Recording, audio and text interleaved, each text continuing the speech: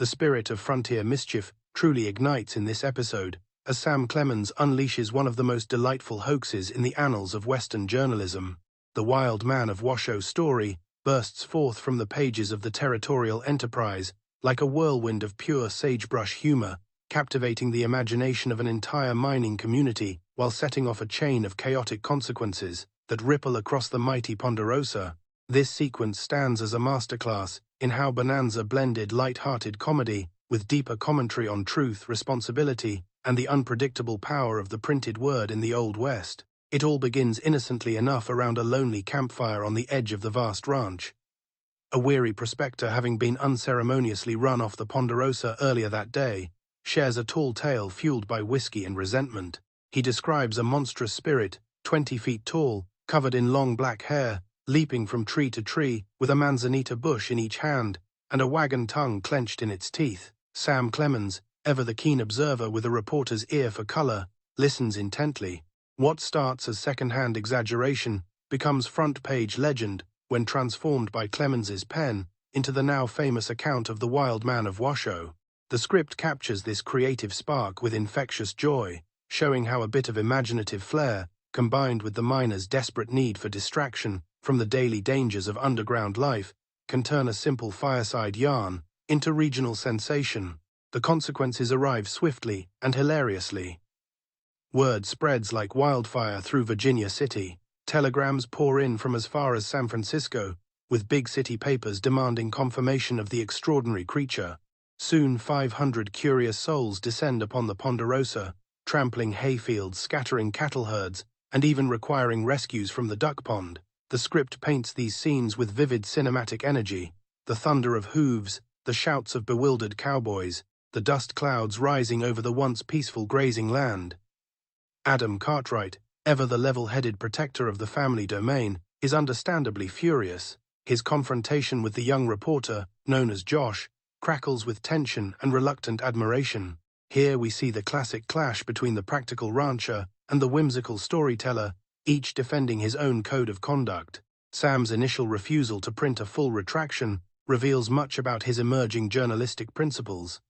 The Territorial Enterprise, he explains with dry wit, maintains a firm policy against apologizing for its stories. This stance, while frustrating to the Cartwrights, underscores a deeper theme, the sacred independence of the press, even when its humor causes unintended real-world havoc. The dialogue in these moments sparkles with authentic frontier flavor. Adam's measured anger contrasts beautifully with Sam's playful deflections, including recollections of Mississippi riverboat brawls, where he once triumphed more through luck than brute strength. The near fight that ensues adds physical comedy without descending into gratuitous violence, perfectly in keeping with Bonanza's warm-hearted tone.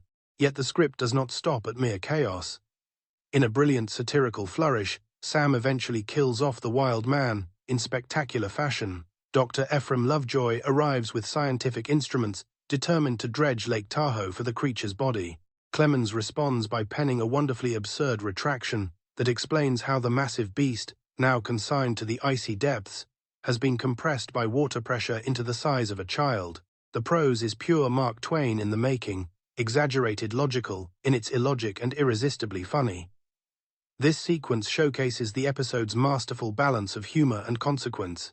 What began as harmless entertainment has drawn scientists, sightseers, and trouble to the Cartwrights' doorstep, forcing the family to confront the real impact of words set loose upon the world. Thematically, the Wild Man hoax serves as a delightful microcosm of larger issues explored throughout the story. It highlights the tension between truth and entertainment in a rough mining town where men needed laughter to survive the constant threat of death or ruin.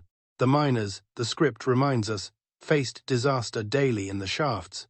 They craved stories that made them forget tomorrow's perils. Sam instinctively understands this hunger, yet he is already evolving beyond pure frivolity. The hoax marks his first significant step from light sagebrush humor toward sharper social commentary, a journey that will soon target the corrupt Judge Billington himself.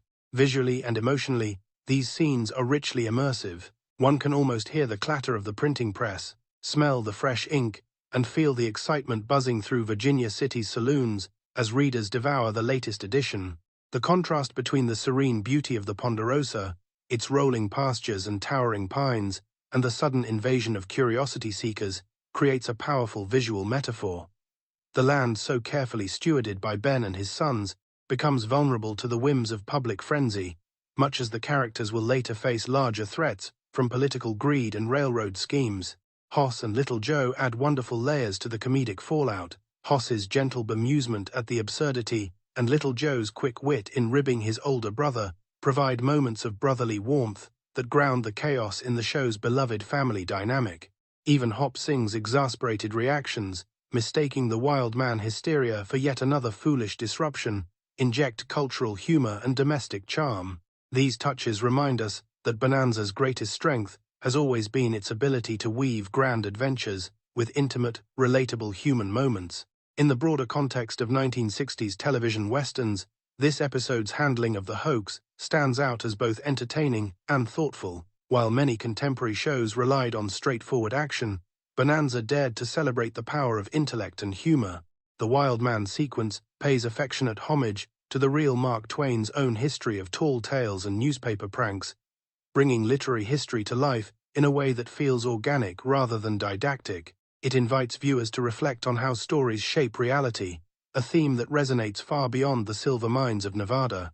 As the dust settles on the Ponderosa and the retraction appears, we sense the beginning of deeper respect between Sam Clemens and the Cartwright family. Adam's initial anger softens into recognition of the reporter's talent and integrity. This evolving relationship foreshadows the alliance that will form against political corruption and land-grabbing schemes. The hoax, for all its trouble, has injected fresh energy into Virginia City and the lives of our heroes, proving that sometimes the pen, or at least a well-crafted tall tale, can indeed stir the world in unexpected ways. The Wild Man of Washoe may have been laid to rest in the fictional depths of Lake Tahoe, but its spirit lives on in this episode as a celebration of creativity, consequence, and the irrepressible humor of the American frontier. Through masterful writing and heartfelt performances, the script transforms what could have been mere slapstick into a rich exploration of responsibility, laughter as survival, and the birth of a legendary voice. As we ride forward with the Cartwrights and the tenderfoot-turned satirist, the chaotic joy of the hoax leaves us smiling, yet keenly aware that greater storms, both personal and political, lie just over the horizon.